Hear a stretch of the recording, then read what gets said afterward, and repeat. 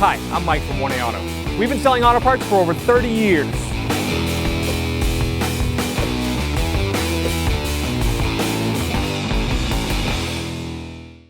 What's up guys, I'm Andy from 1A Auto. In this video I'm going to replace the plate light bulb on this 2012 Ford Escape. If you need parts for your vehicle, click the link in the description and head over to 1aauto.com. To take this plate light lens assembly out, I'm just going to take a straight blade screwdriver and release that tab right there. Pull this out just like this.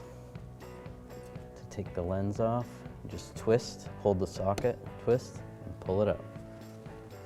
To remove the bulb, just grab it with your fingers and pull it out. There's the bulb. It's a 194 bulb. To reinstall the bulb, just line it up in the socket and push it in. Take the lens assembly, we'll line it up with the socket. Put it in and twist.